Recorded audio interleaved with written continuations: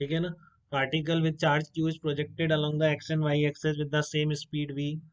Force on the particle in these situations are qvb minus 3j cap plus 4k cap and qvb 3 i cap respectively. Find out unit vector in direction of b vector. तो कई बार फिर ऐसे भी आपको नहीं समझ में आ रहा है, इसमें एकदम दो दो फोर्सेस दे दिए, तो आप इस तरह से वेक्टर अप्रोच से कर दीजिए, इसको टाइम वेस्ट मत करिए देखने में। ठीक है ना, कि मैं बिना वेक्टर के कर दूंगा, इससे भी बहुत जल्दी हो जा रहा है। आप कुछ बी वेक्टर को मान लीजिए, ठीक है ना, बी एक्स आई कैप, बी वाई जे कैप, बी जेड के कैप मान लिया बी वेक्टर। और आपका वी वेक्टर आपको दोनों केसेस में ऑलरेडी दे रखा है, पहले केस में वी आई कैप है, दूसरे में वी जे कैप है। बस क्रॉस प्रोडक्ट करिए और जो रिजल्ट दे रखा है फोर्स का वो रख दीजिए, दोनों तरफ आप कंपेयर कर लेंगे। ठीक है ना, दोनों तरफ आप वेक्टर्स में जैसे करते हैं, दो वेक्टर इक्वल हैं तो उनके जो जे कैप के कैप के कोफिशिएंट है वो भी इक्वल होने चाहिए, तो बी जेड बी वाई निकल के आ जाएगा। ठीक है ना। नेक्स्ट कह रहा है आपका कि अब आपका वेलोसिटी वेक्टर जे कैप के अलॉन्ग हो गया है। ठीक है, तो ठीक है जे कैप कर दीजिए, बी वेक्टर वही रहने दीजिए, नया फोर्स लिख लीजिए। ठीक है, तो आप दोनों को कंपेयर करेंगे तो वापस से आपका दो तो निकल ही गए थे, तीसरा भी निकला है, तो कंप्लीट बी वेक्टर निकल के आ गया आपके। ठीक है, और उससे आप क्या निकाल सकते हैं, बिल्कुल बी कैप निकाल सकते हैं, B vector divided by magnitude of B, तो unit vector along the magnetic field intensity ये निकल के आ जाएगा। देखो कर लेंगे, दिक्कत तो नहीं किसी को, सिंपल वेक्टर बैलेंसिंग का है। कहीं आप वही ढूंढते रहे कि मैं डायरेक्शन ही देखूंगा इधर इधर आ रहा है किधर हो सकता है, तो ये मेथड भी ध्यान रखिए, इससे सिंपल वेक्टर अप्रोच से भी हम कर सकते हैं। ठीक है ना, डायरेक्ट वेक्टर करके इक्वेट करके लिख दी, बार बार ऐसे देखने की इधर फोर्स लगा के हाथ घुमाते रह जाते हैं, हमें ध्यान ही नहीं होता कि ऐसे भी हो सकता है। हमको याद आता है कि हम सोचेंगे भी इधर है और आपका बी वेक्टर किधर रखोगे, फिर इसको ड्रॉ करने लग जाते हैं, इस वेक्टर को ड्रॉ करते हैं, फिर उसके परपेंडिकुलर सोचते हैं, निकल जाता है टाइम। ठीक है ना, तो हम डायरेक्ट बी वेक्टर को कुछ मान के सिंपल वेक्टर बैलेंस करके भी इस प्रॉब्लम को कर सकते हैं। ठीक हो, दिक्कत तो नहीं है देखो किसी को इसमें, कर लेंगे इसको बिल्कुल। ठीक है ना, कैलकुलेशन एक बार करके देख लीजिएगा, और दिक्कत होगी तो फिर मैच कराइए इससे, सॉल्यूशन देखिए। अब नेक्स्ट क्वेश्चन ये वाला देखो आप एक बार। Conductor of length L and mass M is placed along the east west line on a table. ठीक है, suddenly a certain amount of charge is passed through it and it is found to jump to height h, और ये jump कर गया, मतलब ऐसे था wire, आपने करंट पास कर दिया इसमें और ये हाइट तक जंप कर गया इस तरह। ठीक है ना, सडनली पास होके चला गया, कॉन्टिन्यूस फ्लो नहीं हो रहा है कोई। ठीक है ना, सडनली इसमें से चार्ज फ्लो कर गया है, suddenly a certain amount of charge is passed through it and it is found to jump to height small h. Earth's magnetic field is b.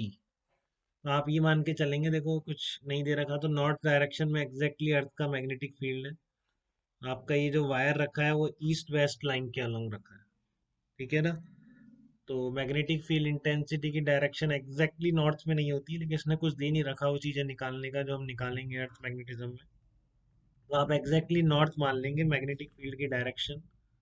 ठीक है ना, और वेस्ट टू ईस्ट आपका वायर रहेगा, current ऐसे जा रहा है east west line, west to east ले लो, कैसे भी ले लो, इस place certain amount of charge is flow, ऐसे कर लो किधर भी कर लो, उससे कोई फर्क नहीं, डायरेक्शन दे नहीं रखी। ठीक है ना, और मैग्नेटिक फील्ड इस तरह का इस प्लेन में रखा हुआ है, तो ऐसे चुपचाप रखा हुआ था अर्थ मैग्नेटिक फील्ड में, ईस्ट वेस्ट लाइन के अलोंग वायर, करंट आया चार्ज आया इसमें एकदम से और जंप करके ऐसे चला गया, ऐसे उठ के जंप करता है और हाइट एस तक जाता है जंप करने के बाद। ठीक है ना, फिर वहां पे जाके फिर गिर जाता है। तो जंप करने के बाद हाइट एट तक जा रहा है, अर्थ का मैग्नेटिक फील्ड इंटेंसिटी बी मान लीजिए, तो कितना चार्ज पास होके चला गया इस कंडक्टर में से? ये बताना है आपको, कितना चार्ज पास होके चला गया। तो कैसे बताएंगे इसको, बताइए जल्दी से, कोई बता सकता है तो किस तरह से प्रोसीड करें इसको। फोर्स तो पता है हमको, आई एल भी होता है ठीक है ना, फोर्स क्या होता है आई एल भी, लेकिन इसमें समझ में आ रहा है कि चला गया तो एकदम से कुछ इनिशियल वेलोसिटी मिल गई, बिल्कुल राधिका एकदम सही बताया होगा आपने, एकदम एग्जैक्ट है आपका, 2 GH कह रहे हैं। हाँ सही है, बिल्कुल सही है एकदम। ठीक है ना, तो इसमें से सडनली चार्ज पास होके चला गया और ये वी नॉट स्पीड से स्टार्ट होके, मान लो इसको इनिशियल स्पीड वी नॉट मिल गई, ठीक है ना, इनिशियल स्पीड इसको कितनी मिल गई, वी नॉट मिल गई, तो ये मैक्सिमम कितनी हाइट तक जा सकता है बताइए, ये मैक्सिमम कितनी हाइट तक जाएगा। हाँ, ये बिल्कुल सही बताया आपने कि अगर इसकी speed let starts with velocity v naught, let start with velocity v naught से स्टार्ट करता है वायर, ठीक है ना। तो आपको काइनेमेटिक्स से अच्छी तरह पता है हर बच्चे बच्चे को कि वी नॉट स्पीड से फेंकी गई चीज मैक्सिमम कितनी हाइट तक जाती है। देखो इसमें तो दिक्कत नहीं है किसी को भी। H equal to v naught square upon 2g, v naught से फेंकोगे तो मैक्सिमम हाइट यही होती है। प्रोजेक्टाइल के फार्मूले में थीटा इक्वल टू 90 रख दिया करो, किसी को याद नहीं है तो प्रोजेक्टाइल के फार्मूले सबको याद होते हैं, you square sine square theta by 2g, ठीक है ना। तो बस वी नॉट निकालना है, तो वी नॉट के लिए आप इसमें इम्पल्स लग रहा है बेटा, है ना, तो आप इंटीग्रेशन है बहुत लार्ज फोर्स लगाए एकदम से, और खत्म भी हो गया, बहुत स्मॉल इंटरवल ऑफ टाइम के लिए लगा है, लार्ज नहीं भी हुआ, तो बहुत स्मॉल चार्ज फ्लो के चला गया, ठीक है।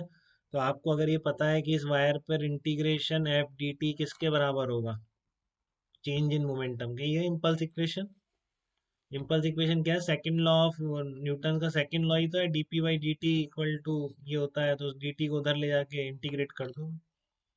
इंटीग्रेशन एफ डी टी किसके बराबर आता है, चेंज इन मोमेंटम के बराबर आता है वायर, ठीक है। तो चेंज इन मोमेंटम कितना है, कितनी स्पीड आ गई चार्ज के जाते ही, एम वी नॉट, इनिशियल कुछ था नहीं, बताइए किसी को तकलीफ है इसमें।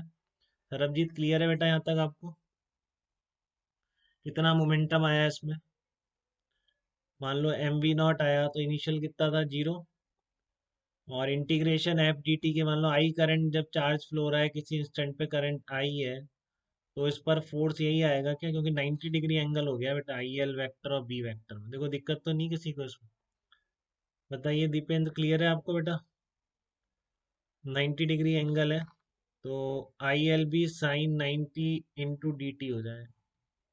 अरे मेरी आवाज आ रही है, हाँ, चलो दीपेंद्र है नहीं आज, कहाँ चला गया दीपेंद्र, पता नहीं यार।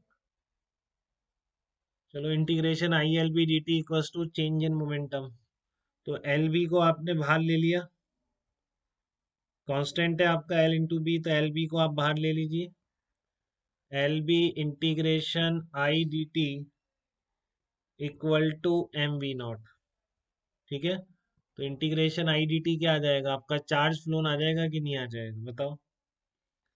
इंटीग्रेशन आई डी टी की जगह आप क्या पुट कर दीजिए, charge passing through the wire कितना आ गया, m v naught upon L B आ गया। तो बस अब वी नॉट रख दीजिए, इंटीग्रेशन आई डी टी क्यू के बराबर ही होता है, यही होती है definition, I equals to d q by d t, तो total charge flown equal to integration I d t, तो चार्ज फ्लोन कितना आ गया, m v naught m upon L B, we not की जगह वैल्यू पुट कर दे रहा हूँ बस, रूट टू जी एच, ठीक है ना, वी नॉट की जगह वैल्यू पुट कर दी, तो m upon L b root two g h charge flow के चला गया इस वायर में से। अगर ये एच हाइट तक जंप करा है तो हम बोल सकते हैं कि कितना चार्ज फ्लो के गया, m root two g h upon L b charge flow के चला गया, ठीक है ना, क्योंकि कंडक्टर आराम से रखा हुआ था अर्थ फील्ड में, चार्ज फ्लो के गया, जंप कर गया, ठीक है।